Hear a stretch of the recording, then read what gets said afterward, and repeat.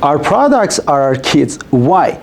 Because we usually try to have the best kids in the world. So we train them, we help them to educate, we feed them.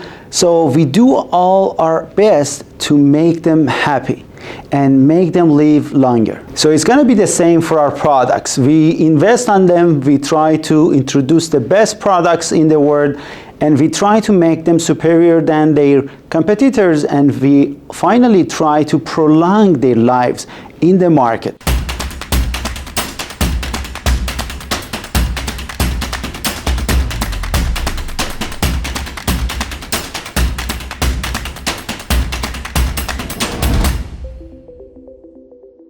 Hello, here is Iman, and in this video I want to talk about product, which is one of the elements in marketing mix. So let's jump into this course.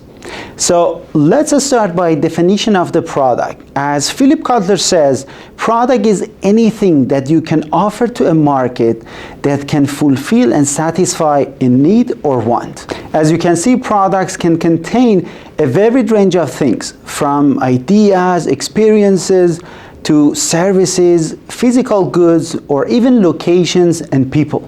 Anything that we can offer to a market to satisfy a need and obtain some values. Basically, we can consider products as a kind of continuum.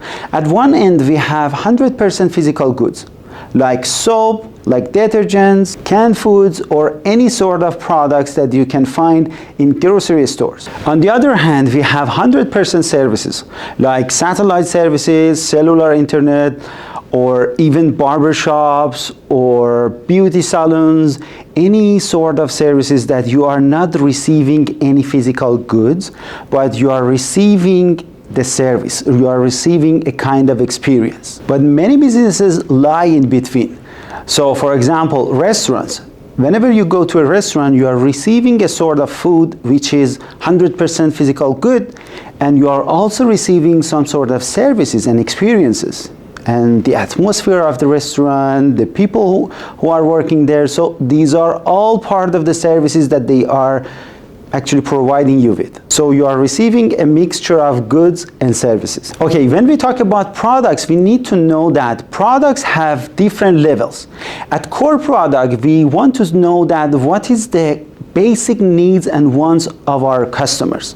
For example, if you want to buy a cell phone, what is the core and basic needs that you want to fulfill? Probably you want to talk to someone, you want to send SMS or messages, right? So any sort of communication or basic communications is your primary need that you want to fulfill with your cell phone. So any business who fails to fulfill and satisfy that core and basic needs with their core product, they cannot be successful in the market. Whenever you are confident with your core product and you made sure that it's fulfilling the customer's needs, at least basic needs, that's time to think about the actual product. The actual product is anything that comes with the product whenever you pay for that. For example, whenever you buy a cell phone, anything that comes with the cell phone, like brand, like features or packages or different colors that affect actually the price of the product, are part of the actual product. So actual products are part of the product that we usually expect from the businesses, or they are offering these kind of features as the generic product. So again, your customers really expect to receive those kind of features with your product. But your job is not done yet. Why? Because at this moment you need to think about a new feature or added values that your customers actually don't expect of you to add to your product, which we call it augmented product. So at augmented product level, we are adding some features or benefits to our products that our customers are not expecting from us. Okay, why it's really important for us to understand these different levels of products? Because if you only focus on their expectations or your core product or even actual product, it means that you are only fulfilling their needs. So you are delivering the minimum that you can. But if you want to delight your customers, you need to go above and beyond their expectations and focus on your augmented products. So generally at very high level, we have two types of products: consumer products and industrial products. In consumer products, it includes any sort of products that you are selling to your end user or to your customers, individual customers, and they are not doing any sort of procedures or processes on your product to make it something else and resell the product.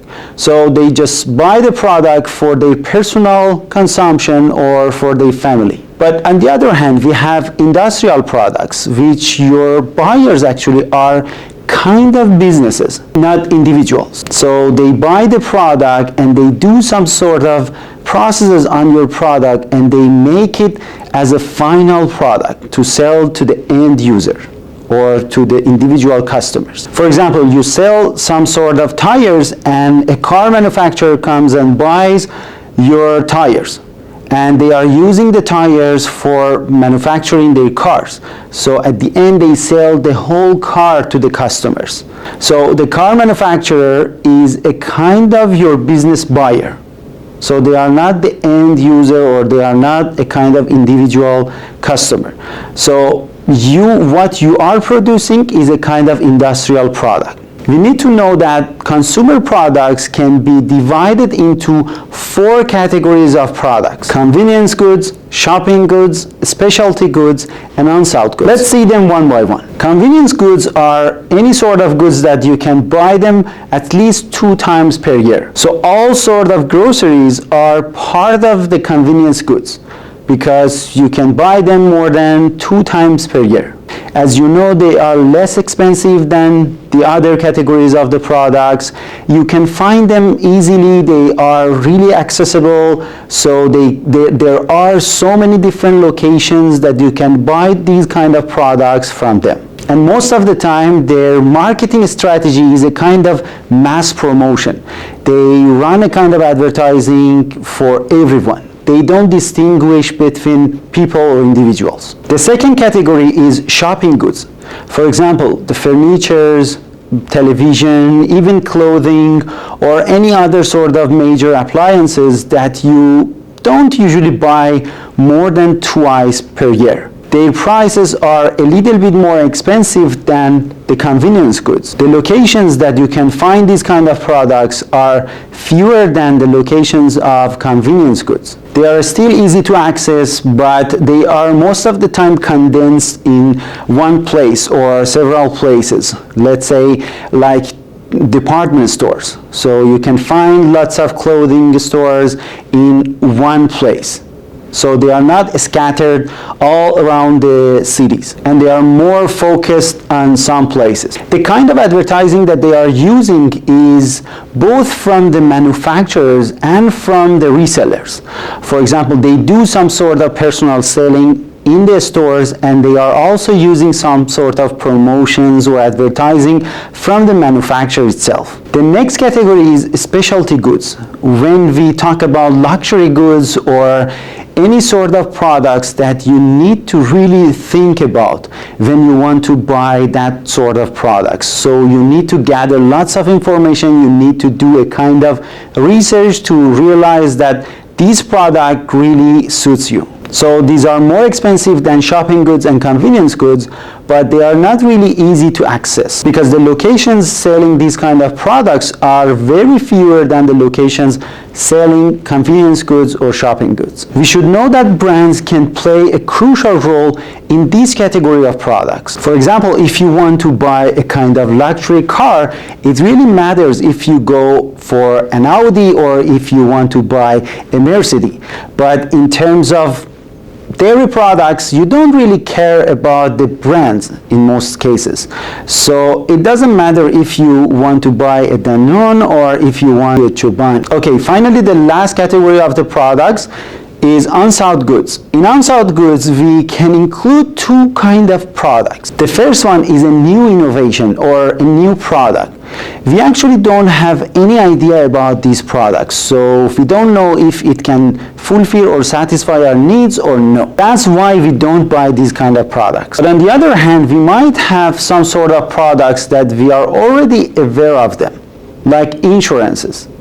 We already know about insurances, but as we don't have very detailed ideas or information about different insurances, we don't want to buy them. So both of these products can be categorized as unsold goods. And the most important strategy for unsold goods is to spend money and invest on educating people on our products. We need to train people, and we need to actually show people how our products work, why it's really beneficial for their lives, and how it can fulfill or satisfy a need in their life. Okay, now we understood something about the product types, different levels of the product, and now it's time for us to think about some important questions related to our products, because as I said, our products are kind of our kids, so we need to think about how we are going to develop them, how we are going to prolong their lives, and how many products we are going to develop and have.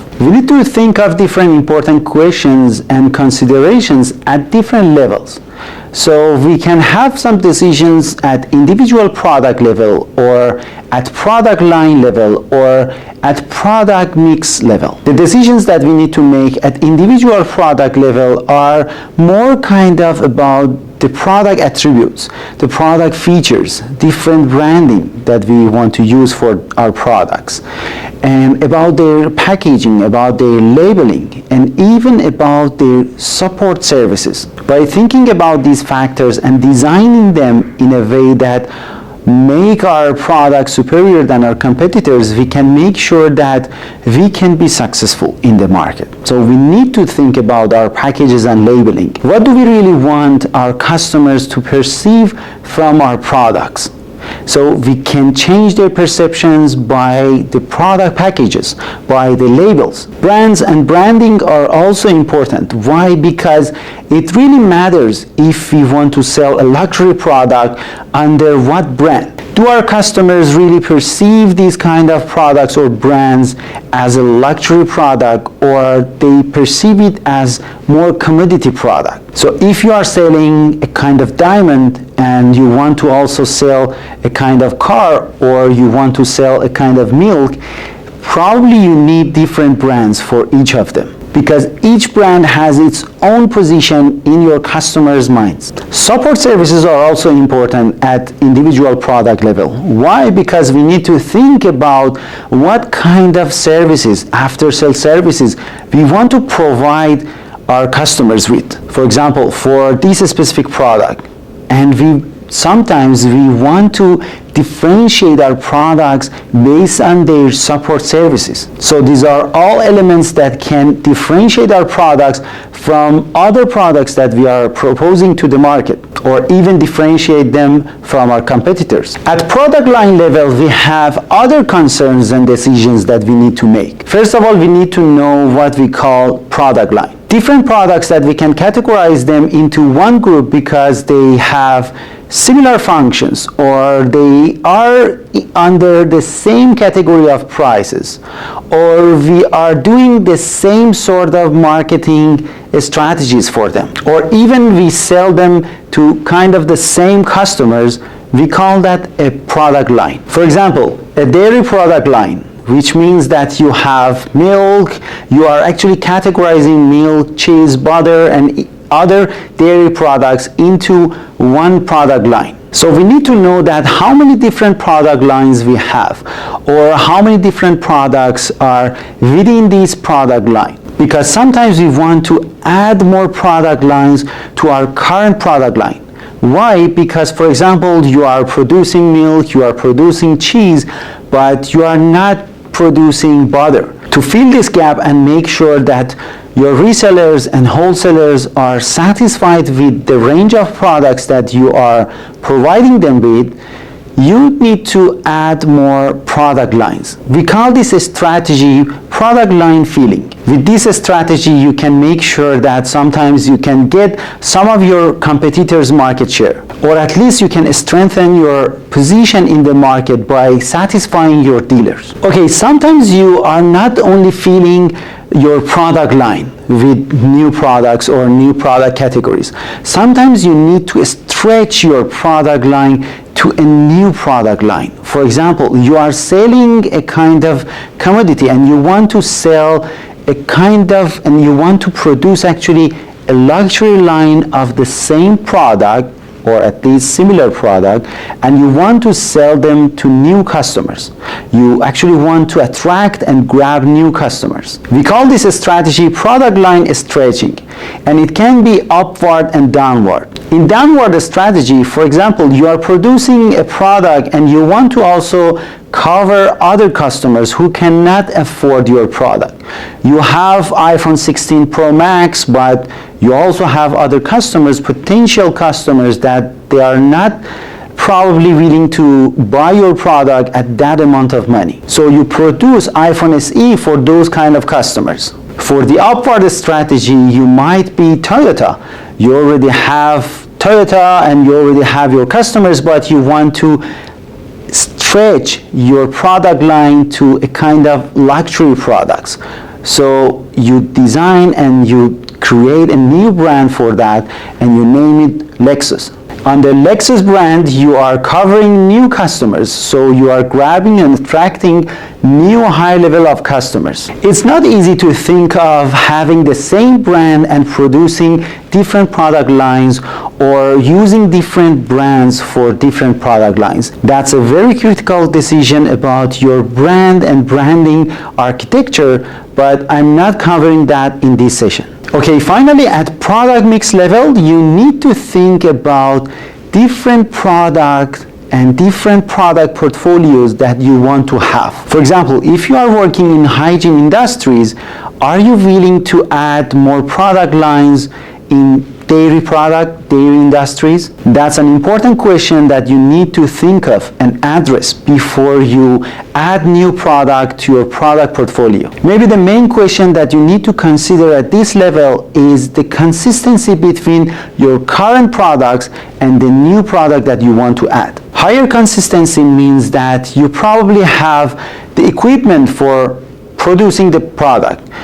Probably you have the same marketing strategy. Probably you have the customers that you can sell the new product to them. You know the market dynamics, you know your competitors, you know everything about the new product, and you have all the necessary resources that you need to produce this product in the market and propose it to your customers. But if the new product has lower consistency with the current products, it means that you need to invest more on the producing and production process. It takes more time and money and effort to make sure that you understand the dynamics in the market, you know your competitors for that specific product, and you know how it works and what sort of values actually your customers are looking for. But generally, if you want to add more products to your product portfolio, you can think of different ways that you can do that.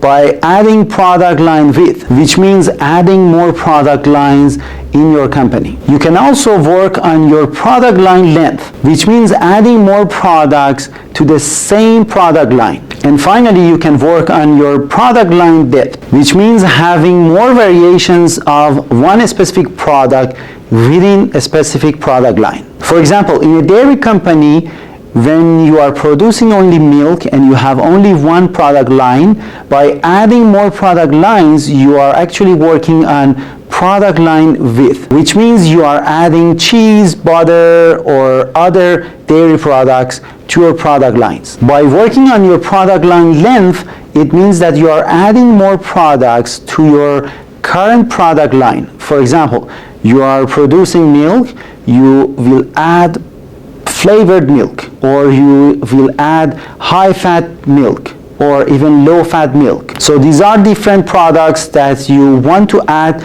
to your current product line. So finally, by working on product line depth, it means that you are adding a variation of the product. For example, you have the high fat, low fat, and flavored milk, but they are all in 1 liter volume. So you add different variations in their volumes. So you add packages of 500 cc's or even 1.5 liter. So by these 3 strategies, you can add new products to your current product line and product mix. Okay, that's all for today. I hope that you enjoyed this video and see you in the next one.